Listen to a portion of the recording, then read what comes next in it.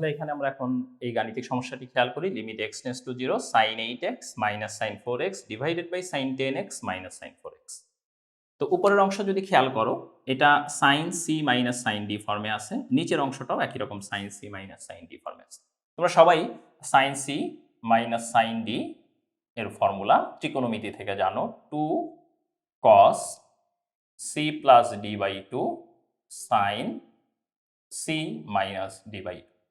তাহলে এখানে উপরের অংশে আমরা 8x কে ধরবো c আর 4x কে ধরবো d। তাহলে আমরা লিখতে পারি limit x tends to 0 2 cos c plus d, that means 8x plus 4x কত 12x divided by 2 6x sin c minus d by 2, that means 8x minus 4x কত 4x divided by 2 কত twice x divided by 2 into sin c minus sin d আবার নিচে apply করলে এখানে c এর value 10x, d এর value 4x, তাহলে 2 cos c plus d 10x plus 4x 14x divided by 2 7x into sin c minus d 10x minus 4x হচ্ছে 6x divided by 2 3x। ওকে, তো এখন একটা জিনিস একটু আমরা খেয়াল করি, এখান থেকে 2 আর 2 কিন্তু ক্যান্সেল। আবার এই cos 6x আর cos 7x নিয়ে তোমার চিন্তা করার দরকার নাই, কারণ x equal to 0 বসালে cos 0 এটার ভ্যালু 1, এটাও cos 0 এটার ভ্যালু 1। আচ্ছা, আমাদের শুধুমাত্র এই অংশটুকুকে একটু ঠিক করে লিখতে হবে। তা আমরা যে ফর্মুলাটা শিখেছিলাম, ফর্মুলাটা এরকম ছিল, limit x tends to 0 sin x by x equal to 1। তার মানে এই সাইনের ভিতরে যে অ্যাঙ্গেলটা থাকে নিচেও আমার সেই অ্যাঙ্গেলটা আনতে হবে, ঠিক আছে?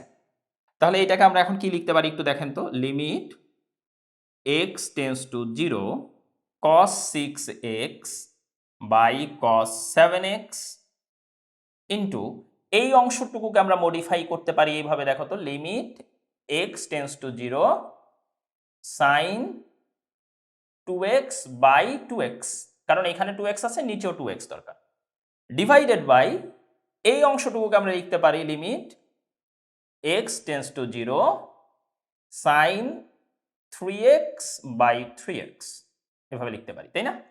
এবং লিমিটগুলোকে আমরা আলাদা আলাদা অংশে দিয়ে দিই। এখন একটা জিনিস একটু খেয়াল করো, আমরা এখানে কি কোনো কিছু অতিরিক্ত নিয়ে এসেছি? So limit x tends to 0 sin 2x by 2x sin 3x by 3x, এখানে x আর x ক্যান্সেল হয়ে যাবে, কিন্তু এই 2টা কিন্তু তুমি এক্সট্রা আনছো। তো এই 2 দিয়ে তুমি ডিভাইড করেছিলে, তাই তুমি 2 দিয়ে গুণ করবা, 3 দিয়ে নিচে ডিভাইড করছিলা, তাই নিচে 3 দিয়ে গুণ। এখন একটু সবাই খেয়াল করেন তো, limit x tends to 0 cos 6x এর ভ্যালু কত 1, limit x tends to 0 cos 7x এর ভ্যালু কত 1, limit x tends to 0 sin 2x by 2x এর ভ্যালু কত 1। অনেকে একটা জিনিস তো বলে যে এখানে তো ভাইয়া 2x হওয়া উচিত। আসলে একটা জিনিস যদি তুমি খেয়াল করো, x টেন্ডস টু যদি 0 হয় তাহলে 2x ও কিন্তু টেন্ডস টু 0, ঠিক আছে? কারণ x এর ভ্যালু অনেক ছোট, 2 ইন্টু অনেক ছোট, এটাও আসলে 0 কাছাকাছি। তাই এটাকে তুমি চাইলে আরেকটা লাইন বাড়িয়ে লিখতে পারো, লিমিট 2x টেন্ডস টু 0। একইভাবে এখানেও তুমি thrice x টেন্ডস টু 0 লিখতে পারো। এটার ভ্যালু কত? এটার ভ্যালু 1, এটার ভ্যালু 1, তাহলে থেকে যায় এই 2/3, দিস ইজ দ্য রেজাল্ট। তাহলে আমাদের এই লিমিটটার ভ্যালু কত? লিমিটটার ভ্যালু হচ্ছে 2/3।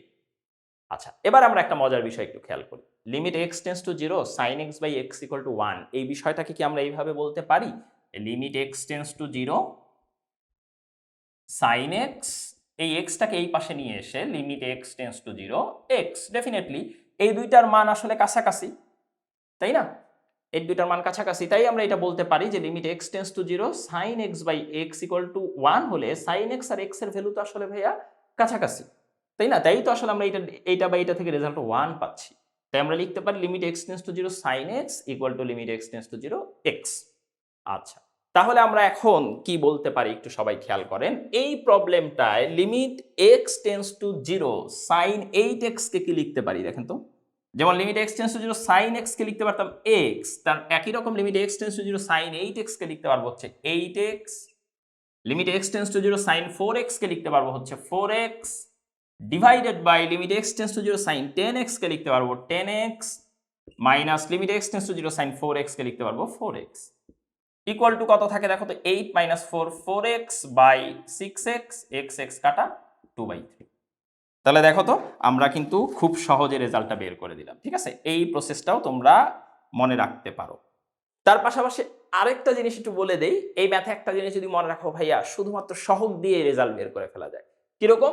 আমরা কিচ্ছু করবো না, আমরা জাস্ট এক্স এর কোফিশিয়েন্ট গুলো নেবো। এখানে কত 8, মাইনাস এখানে কত 4, ডিভাইডেড বাই এখানে কত 10, মাইনাস এখানে কত 4। দেখো কি আসে, 8 - 4 কত 4/6 = 2/6।